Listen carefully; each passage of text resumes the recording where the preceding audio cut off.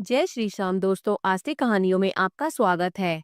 गर्भ गीता का अध्याय, जिसको सुनने मात्र से ही मनुष्य कभी गर्भ में जन्म नहीं लेता और इसे सुनने और पढ़ने से पितरों को मुक्ति मिल जाती है।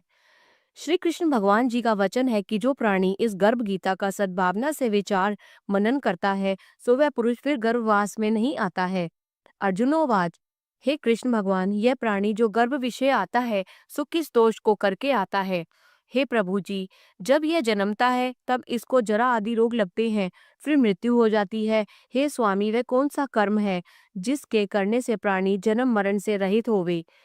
श्री भगवान जी कहते हैं, हे अर्जुन, यह मनुष्य जो है सो अंधा व मूर्ख है, जो संसार के साथ प्रीति करता है। यह पदार्थ मैंने पाया है और वह मैं पाऊंगा, ऐसी चिंता इस प्राणी के मन से उतरती नहीं। आठ पहर माया को ही मांगता है, इन बातों को करके बार बार जन्मता है और मरता है। वह गर्भ विषय दुख पाता रहता है। अर्जुन कहते हैं, हे श्री कृष्ण भगवान, यह मन मस्त हाथी की नाई है।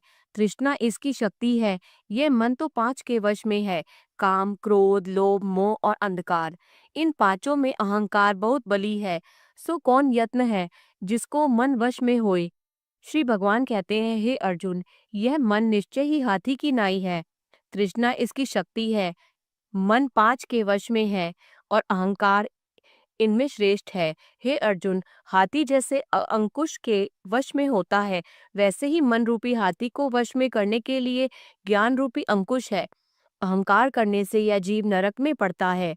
अर्जुन कहते हैं, हे भगवान, जो एक तुम्हारे नाम के लिए वन खंडों में फिरते हैं, एक वैरागी हुए हैं, एक धर्म करते हैं, इनको कैसे जाने? जो वैष्णव है वो कौन है? श्री भगवान कहते हैं, हे अर्जुन, एक मेरे ही नाम के लिए वनों में फिरते हैं, वे सन्यासी कहलाते हैं। एक सिर पर जटा बांधते हैं, एक अंग पर भस्म लगाते हैं, उनमें हम नहीं हैं, क्योंकि इनमें अहंकार है। इससे मेरा दर्शन दुर्लभ है। अर्जुन कहते हैं, हे भगवान, वह कौन सा पाप है जिससे स्त्री की मृत्यु हो जाती है? वह कौन सा पाप है कि जिससे पुत्र मर जाता है? और नपुंसक कौन सा पाप करने से होते हैं? श्री भगवान ने कहा, हे अर्जुन, जो किसी से कर्जा लेता है और देता नहीं, इस पाप से औरत मरती है। और जो किसी की अमानत रखी हुई पचा लेता है, उनके पुत्र मर जाते हैं।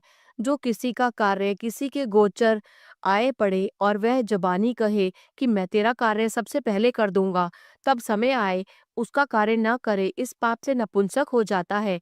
ये बड़े पाप है। अर्जुन कहते हैं, हे भगवान, कौन पाप से मनुष्य सदैव रोगी रहता है?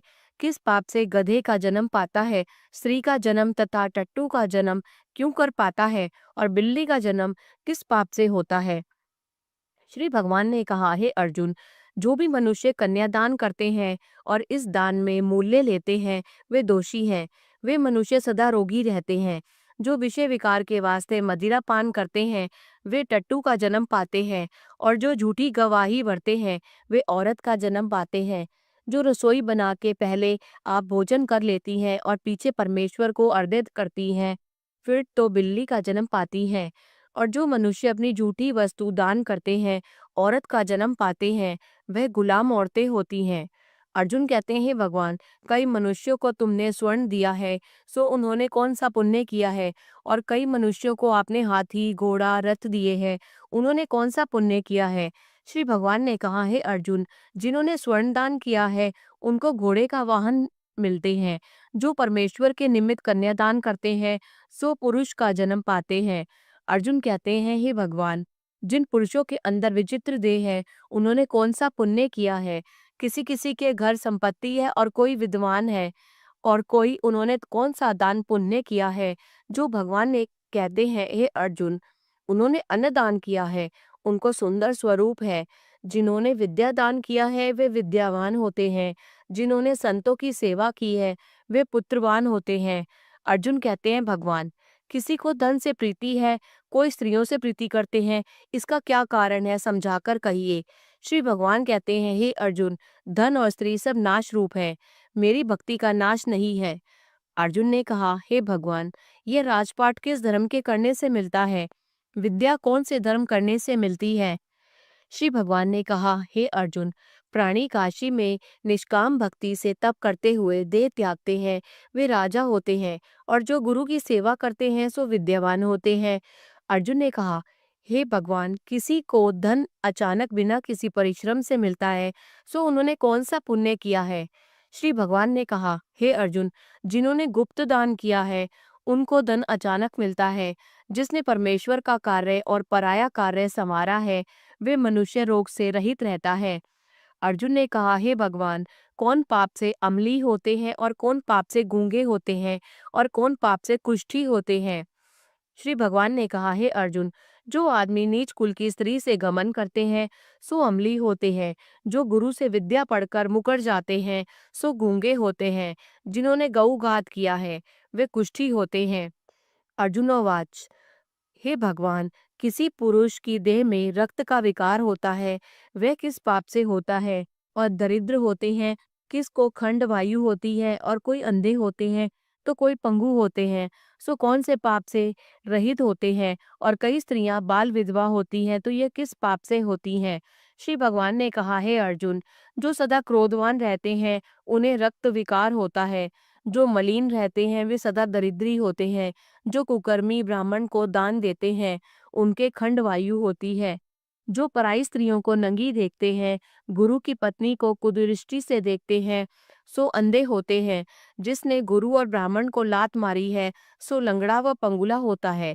जो औरत अपने पति को छोड़कर पराये पुरुषों से संग करती है वह बाल विधवा होती है। श्री अर्जुन कहते हैं, हे भगवान, तुम परम ब्रह्म हो, तुमको नमस्कार है। आगे मैं तुमको संबंधी जानता था, परंतु अब मैं ईश्वर रूप जानता हूँ। हे परम ब्रह्म, गुरु दीक्षा कैसे होती है? सो कृपा करके मुझको कहो।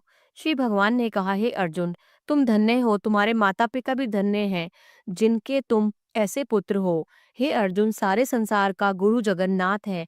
विद्या का गुरु काशी, चारों वर्णों का गुरु सन्यासी है। सन्यासी उसको कहते हैं जिसने सबका त्याग करके मेरे विषय मन लगाया है, सो ब्राह्मण जगत गुरु है। हे अर्जुन, यह बात ध्यान देकर सुनने की है। गुरु कैसा करे?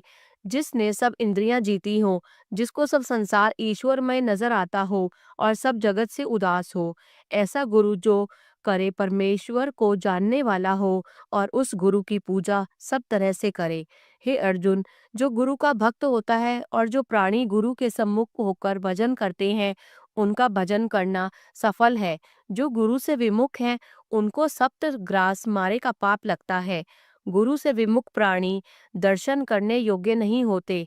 जो गृहस्थी संसार में गुरु के बिना है चांडाल के समान है।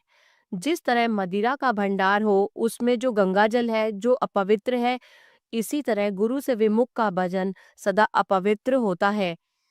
उसके हाथ का देवता भी खाना या दान नहीं लेते हैं। उसके सब कर्म निष्फल होते हैं। कुकर, सूकर, गर्दभ, काक, ये सब योनियां सबसे बड़ी खोटी योनि है। इन सब से वह मनुष्य खोटा है जो गुरु नहीं करता। गुरु बिना गति नहीं होती, वह अवश्य नरक हो जाएगा। गुरु दीक्षा बिना प्राणी के सब कर्म निष्फल होते हैं। हे अर्जुन, जैसे चारों वर्णों को मेरी भक्ति करना योग्य है, वैसे गुरु धार कर गुरु की भक्ति करना योग्य है। जैसे गंगा नदियों में उत्तम है, सब व्रतों में एकादशी का व्रत श्रेष्ठ है, वैसे ही अर्जुन शुभ कर्मों में गुरु सेवा उत्तम है। गुरु दीक्षा बिना प्राणी पशु योनि पाता है। जो धर्म भी करता है सो पशु योनि में फल भोगता है, 84 योनियों में भ्रमता रहता है। अर्जुन कहते हैं, हे श्री कृष्ण भगवान, गुरु दीक्षा क्या वस्तु है? श्री भगवान ने कहा, हे अर्जुन, धन्य जन्म है उसका जिसने यह प्रश्न किया। तू धन्य है। गुरु दीक्षा के दो अक्षर हैं, हरि ओम।